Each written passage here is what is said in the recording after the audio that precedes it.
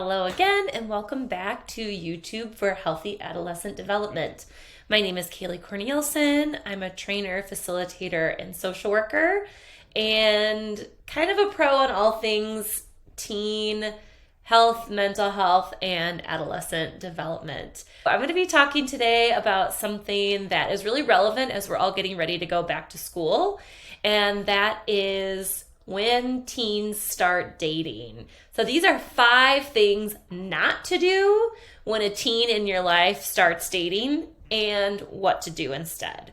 So this is going to be relevant for parents and caregivers, but also for youth serving professionals, folks who work with teens and young adults in schools, in therapy settings, and community-based organizations, because I do think teen relationships and dating can be kind of a scary spot for a lot of adults in their lives. I'm a big believer in that forming romantic relationships, dating relationships, intimate relationships with folks as a teen is really normal, is really typical for this age, and that's a good thing. And so it's not something that we should be scared about, but there are a couple of things that we can do to help young people navigate this successfully and in a healthy way. So first things first, the first thing not to do when a teen starts dating is don't freak out. This tip is a little bit more for the parents because I know that it can be a little bit of a stressful time for them, but it can feel really scary when a young person, your teenage kiddo, is not so little anymore and they are interested in dating and forming relationships in that way. As a reminder, this is totally developmentally appropriate. It is a typical part of adolescence, which is a perfect time for young people to be taking risks, trying out new things, and it's actually developmentally appropriate for them to be separating a little bit from their family of origin, as much of a bummer as that is for a lot of parents and caregivers. So the biggest thing that you don't want to do is to freak out. That is the best way to sort of lose that line of communication between you and the teen that you're parenting or that you're working with. So take it in stride. Know that it's probably coming, even if you have a young teen. Young people start dating at all sorts of different ages, and it's better to expect that it's coming than to be surprised when it does come. So kind of take it in stride. Instead of freaking out, what you can do is ask questions, be curious, remain relaxed on the outside, even if you don't feel that way on the inside, and remind them over and over and over that they can come to you. They can ask you questions. They can come to you for advice. They can come to you for resources. They can come to you to get a referral to a therapist if that's what they need. Or they can come to you and say, I don't feel comfy talking to you about this, but I want to talk to this other caring adult in my life. So setting up the roster of who those people are can be another really good conversation to have with your young person if you haven't done that already. And I always say, even if they're rolling their eyes, even if it doesn't seem like they're hearing you, when you repeat, hey, you can come to me. Hey, I want to know about this part of your life. I want to know about the person that you're interested in. Even if they don't come to you, and even if they roll their eyes or close their door or go back to scrolling on their phone, it's okay. And to keep having those conversations, to keep repeating that, because they'll hear you and it's stored somewhere back in their brain. If they're ever in a risky situation, hopefully they'll know that you can be the person they come to, and hopefully you won't be freaking out. The other thing is to talk about healthy relationships in subtle and not so subtle ways. I love relating things back to pop culture. So if you have a Swiftie in your family and you casually start talking about Taylor and Travis and their relationship and what seems healthy about it, what maybe seems unhealthy about it, how can you tell? Do they seem happy? That's a really great and subtle way to open up that dialogue about a healthy relationship. You can also relate that to people in your family, other celebrities, when you're watching TV or movies together. You don't have to be subtle about it, but you can be if that's more your style. And you can even have the conversation really explicitly. So What do you think are qualities of a healthy relationship? What are your relationship deal breakers? What would be something that would make you want to leave a relationship without question? Because so many young people aren't really thinking about those pieces. They're excited that they like someone and someone else likes them back, and they get into a relationship, and that's also okay. They can figure out some of that stuff as they go along, but having those conversations with a parent or a trusted adult can be really good practice for when they actually are in those situations. Number 2 thing not to do is do not assume the gender of the person that they're dating or that they're interested in. So for our young people, we know, again, adolescence is the time when they are exploring identity, figuring out who they are, figuring out who they like. And this changes all the time. I just think about myself back when I was 14, 15, 16 years old, and I cut all my hair off. I wore the skater shoes. I wore the band t-shirts. That's not really where I am today, but it was me trying to figure out my own self-expression and who I was. And that also goes for who that young person might want to date or be in a relationship with. Even if they've expressed interest in a person of a certain gender before, that can change anytime. And I also don't think we have to make it a big deal in terms of coming out with a particular identity or them revealing to you that they're queer or bisexual or gay or a lesbian. Those conversations are important and they can come. And maybe they're not ready to put a label on who they are. And that's also okay. Just being open to whoever it is they might want to date, that's the alternative. So don't be shocked.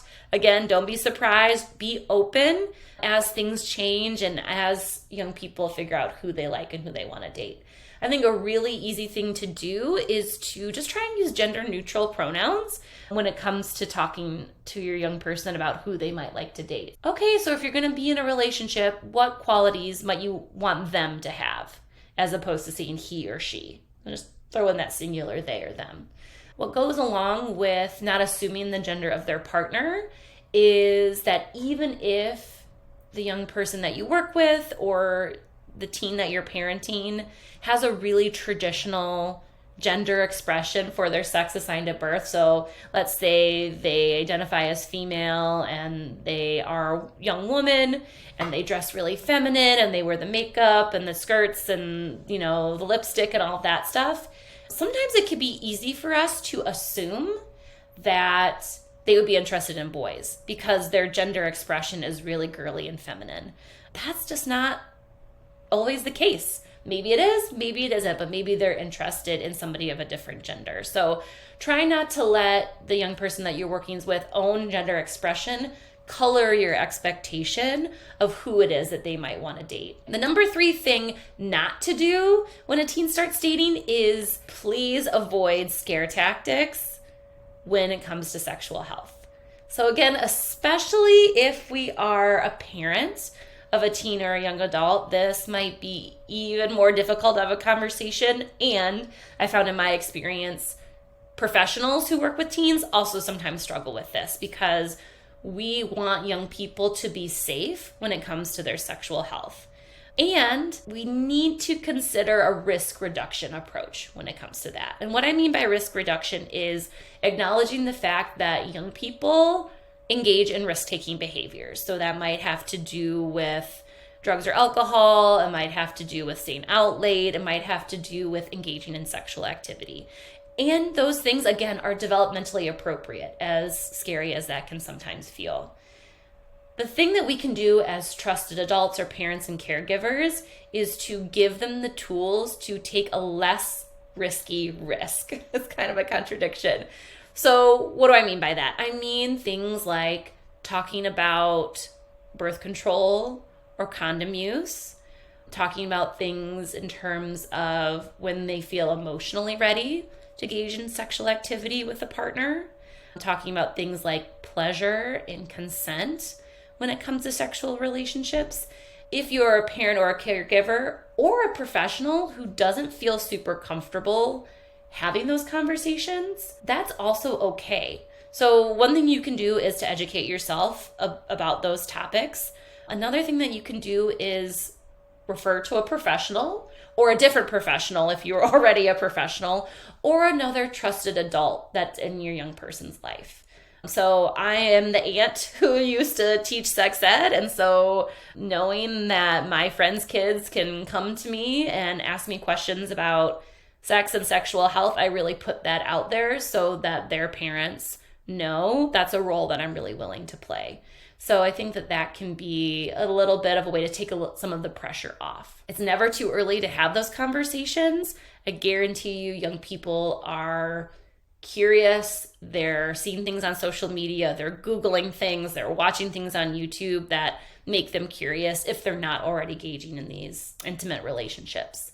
So try not to be like the coach from Mean Girls and just say, you will get pregnant and die, because that's not really the case, right? We want to give them the information to engage in things in a healthy way. And again, if you're a parent, you can emphasize the fact that the least risky thing to do is not to have sex at all. Even as a professional, you could emphasize that. And that's totally okay. And if you choose to engage in sexual activity, here are the things that you can do to keep yourself safe. When you're having those conversations, I think another important piece is to be specific beyond just saying use protection. What does that even mean? I know what it means. I'm an adult, but young people, they don't know necessarily what that means. We have to be specific. Again, if we're not comfortable getting super specific, there's so many good resources out there. I'll link a few of those in the comment section of this video, to where you can refer them to that information. You can give them something to read and check back in later. All of those things are an option. And a big thing, I always want to emphasize this, is to talk about consent. I have a blog post on this that I'll link as well, but making sure that all young people know that if they are initiating sexual activity, it is their responsibility to be checking in with their partner every single step of the way to make sure they're good with what they're doing next, and ensuring that they and their partner are not under the influence of drugs or alcohol and are of sound mind to make those decisions. The fourth thing that I would say not to do when a teen starts dating is badmouth their partner. We want to keep those lines of communication open, and so badmouthing their dating partner is a really quick way to shut that door super fast. Even if they have a hairstyle you don't like, maybe they have a parent that you don't like, maybe something else about them rubs you the wrong way, unless it's a warning sign of abuse, I would steer clear of saying anything negative. We want to keep those lines of communication open. If your young person has a question, you want them to come to you. So saying something negative typically isn't going to facilitate that quite as well. Instead, I think it's great to be genuinely interested in the person that they're dating. If you're a parent, maybe you can invite them over, get to know them. I love the idea of being the hangout house, right? So if you make your home a welcoming place for young people to hang out, then you know where your teens are and typically what they're doing. Another thing related to that is, if you try to keep your young person and their dating partner apart, typically young people are very creative and they will find a way to talk to each other, see each other, use a friend's phone if you've gotten them from the phone, etc. So I wouldn't take an approach that's sort of all or nothing. You might want to insist that they hang out in a group before they ever hang out alone together. You might want it to be at home. You might want to, again, talk about some of those qualities of a healthy relationship and get to know what the teen in your life likes about that person. But if there are no warning signs around an abusive behavior, I would be very open to getting to know those people so you're not isolating the young person in your life. The quickest way to push someone towards a dating partner is to try to keep them away from them, right? So I think it's better to kind of keep that conversation going and make things a little bit more open in that way. And that leads really well into my fifth thing not to do when teens start dating, and that's don't ignore relationship red flags. I'm a huge fan of supporting young people and having healthy, age-appropriate, romantic dating relationships, and unfortunately, not all of them end up on that healthy side of the spectrum. So there are definitely things to look out for if you have any concerns about abusive or controlling relationships. First things first, know that abusive relationships typically start with things like emotional and verbal abuse. And I think especially for teens, we want to look at digital things that are happening too. So things with their phone or on social media. Keeping an eye on anything that feels controlling, that seems to isolate the young person from their other friends, family, keeps them from activities that they have typically enjoyed in the past. Anytime you hear a threat or a put down, name calling or intimidation, those are all huge red flags. But I would say typically things start in a very subtle way, and I wouldn't always name them as abusive right off the bat. I would name the behavior that I saw and ask more questions about that. Like, it seems like your partner is texting you every 5 seconds. Does that bother you? Does that ever get annoying? Does this happen all the time, or is this just like a random occurrence of this happening? And just, again, try to get more information and keep those lines of communication flowing. And of course, if you do have safety concerns, emotional or physical safety concerns for the young person, you want to take next steps to keep them safe and express those concerns to them. Not in a way that says like, I'm taking away your phone or I'm keeping you physically from that other person, but re-empowering them to make some of those decisions for themselves and helping them do that in a safe way. There are lots of great resources out there on teen dating violence prevention, how to safety plan, and all of that, and I will share some of that linked below as well. So those are my 5 things that I would not do as a parent or as a professional working with teens when they start to date. If you have any other tips or ideas that I didn't mention, please comment those below. I would love to hear them. And thanks for tuning in.